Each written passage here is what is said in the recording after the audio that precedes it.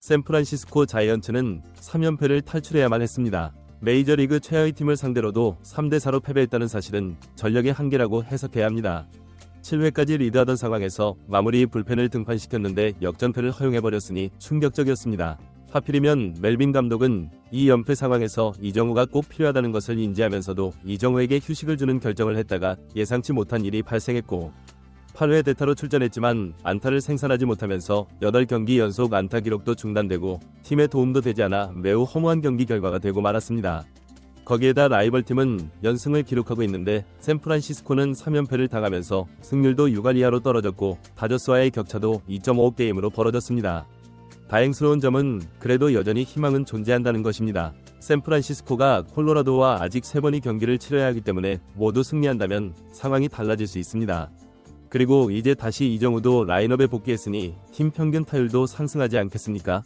그렇습니다. 콜로라도와의 2차전에서는 우완 투수가 선발로 나오다 보니 다시 야스트렘스키를 1번 타자로 배치하고 현재 멜빈 감독이 가장 신뢰하는 최적의 라인업이 구성되었습니다. 1번 야스트렘스키, 2번 아다메스, 3번 이정우, 4번 체프먼, 5번 플로레스, 6번 라모스, 7번 웨이드 주니어, 8번 허프, 9번 코스였습니다. 호수 베일리 대신에 허프가 출전했군요. 이정우는 어제도 1타수 무안타를 기록하면서 타율이 하락했습니다. 최다 안타 1, 2와는 3개 차이가 벌어졌고 2루타 부문만 11개로 1위를 유지하고 있습니다. 그러니까 그 사이에 알론소나 잭슨도 2루타를 치지 못했다는 의미이기도 합니다. 맞습니다. 이정우가 오늘도 무안타일까 하는 걱정이 조금 됩니다. 최근 안타는 계속 기록했지만 강한 타구나 기대감이 드는 타격은 아니었던 것이 사실입니다.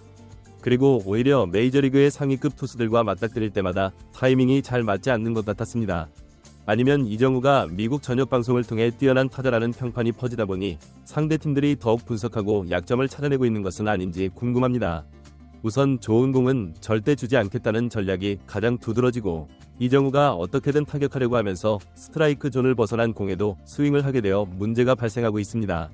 오늘 콜로라도의 우완 투수는 평균 자책점 5점대를 기록 중이고 구속은 평균 93마일 정도 나오는 평범한 투수입니다.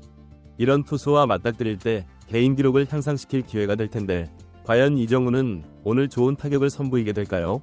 그렇습니다. 샌프란시스코의 선발 투수는 로비 레이입니다. 레이는 A급 투수라고 하기에는 애매하지만 로비 레이가 출전하면 샌프란시스코는 모두 승리했었습니다.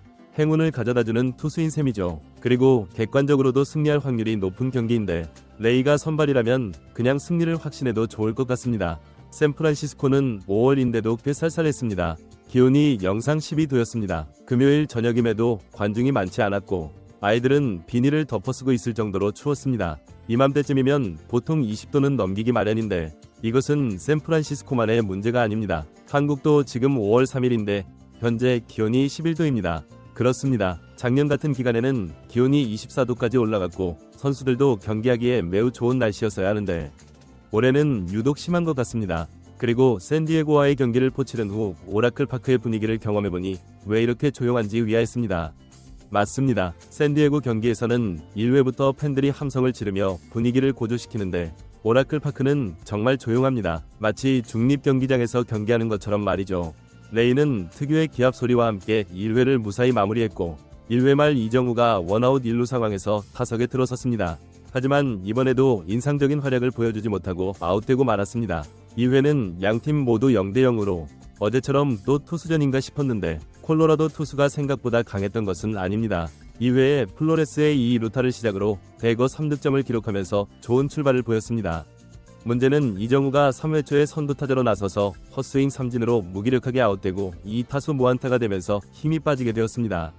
하필이면 이정우가 삼진 아웃된 직후 2할 초반에 타율을 기록 중인 체프먼이 홈런을 치니까 더욱 아쉽고 괜히 속이 상하더라고요. 초반부터 4대0으로 앞선 이 경기는 몇 점 차이로 승리할 것인지만 중요할 뿐이었습니다. 로비 레이는 훌륭한 투구를 이어가면서 무실점 피칭을 지속하고 있었습니다. 96마일까지 나오는 빠른 공과 슬라이더, 이 두 구종만으로도 콜로라도 타자들을 완벽하게 제압했습니다. 이정우의 타석은 빠르게 돌아왔습니다. 이정우는 5회 말에 선두 타자로 등장하게 되었고 이제 같은 투수를 세 번째로 마주하게 되었습니다. 분명 동료들은 안타를 치고 있고 그것도 잘 맞은 타구들이 연속해서 나오고 있는데 이정우만 제대로 타격하지 못하고 있는 것이 솔직히 답답했습니다. 이번에도 안타를 치지 못하면 정말 잘해야 또 다시 3타수 1안타라는 기록이 될 뿐입니다.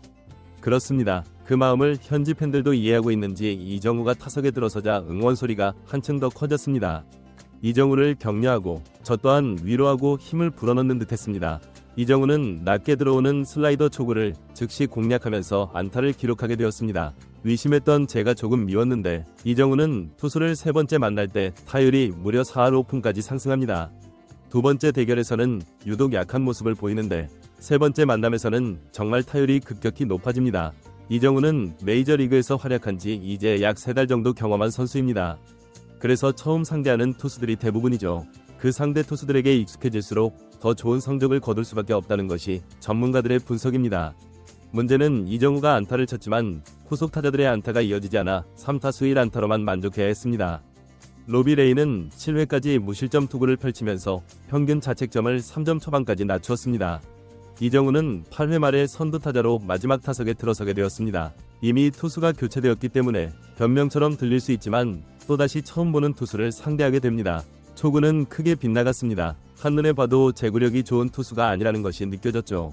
그리고 이 구째의 높은 볼이 들어왔는데 스트라이크 존을 벗어났지만 주심은 스트라이크를 선언하면서 이정우는 그대로 아무 말 없이 서 있었습니다. 속으로 또 당했네 라고 생각했을 것 같습니다.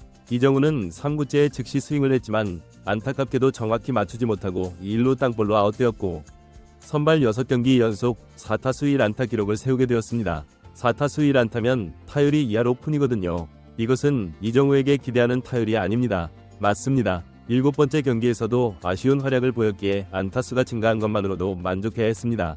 경기는 그대로 4대0으로 마무리되면서 샌프란시스코는 연패에서 탈출하게 되었습니다. 샌프란시스코는 이제 20승을 달성하게 되었고요. 다저스도 애틀란타를 제압했고 샌디에고도 피츠버그를 격파하면서 순위 변동은 없었습니다. 이제 이정우의 3타수 1안타가 아닌 멀티히트 경기를 응원해야겠네요. 그렇습니다. 아마도 이정우는 팀이 승리한 것만으로도 만족할 것이고 여전히 팀의 유일한 3할 타자입니다. 맞습니다. 메이저리그닷컴에서는 이정우의 타격폼도 심층적으로 분석했는데요. 매체에 따르면 1단계에서 이정우는 타석에 꼿꼿이 서서 팔을 머리 위로 높이 들고 앞발은 인사이드를 향해 활짝 펴고 2단계에서는 투수가 공을 던지기 시작할 때 이정우는 빠르게 스텝을 밟지만 크게 움직이지는 않는다. 투수와 거의 직각을 이루지만 스프링처럼 몸을 휘감는다. 그 자세를 유지한다는 것입니다. 마지막 3단계에서는 공이 투수 손을 떠날 때 이정우는 두 번째 스텝을 밟는다. 투수를 향해 스프링을 풀어내듯 스윙을 한다고 설명했습니다. 맞습니다. 그러면서 이런 스윙 방식으로 메이저리그에서 두 번째 시즌을 보내고 있는 그는 타율 3할 1푼 6리, OPS 0.893, 내셔널리그 최다인 11개의 2루타를 기록했다고 합니다. 이러한 타격 스타일은 MLB에서는 흔히 볼 수 없다고 강조했습니다. 이정우는 라파엘 데포스와 같은 좌타자의 넓게 열린 타격 자세와 오타니 쇼헤이의 토텍, 프레디 프리먼의 어퍼컷 스타일 스윙 패턴을 결합한 스윙을 구사하고 있다고 평가했습니다. 이정우는 예전에 자신의 타격에 대해 이렇게 말했습니다. 가장 중요한 것은 타이밍이다. 투수가 어떤 종류의 공을 던지든 타이밍이 핵심이다.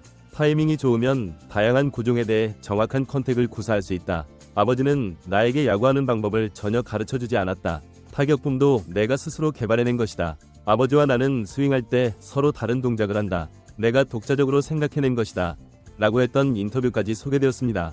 이정우는 계속해서 미국 매체들에 소개되고 있는데요. 그만큼 화제의 선수이기 때문이겠죠. 내일은 멋진 타격으로 더 큰 화제가 될 수 있기를 응원하겠습니다.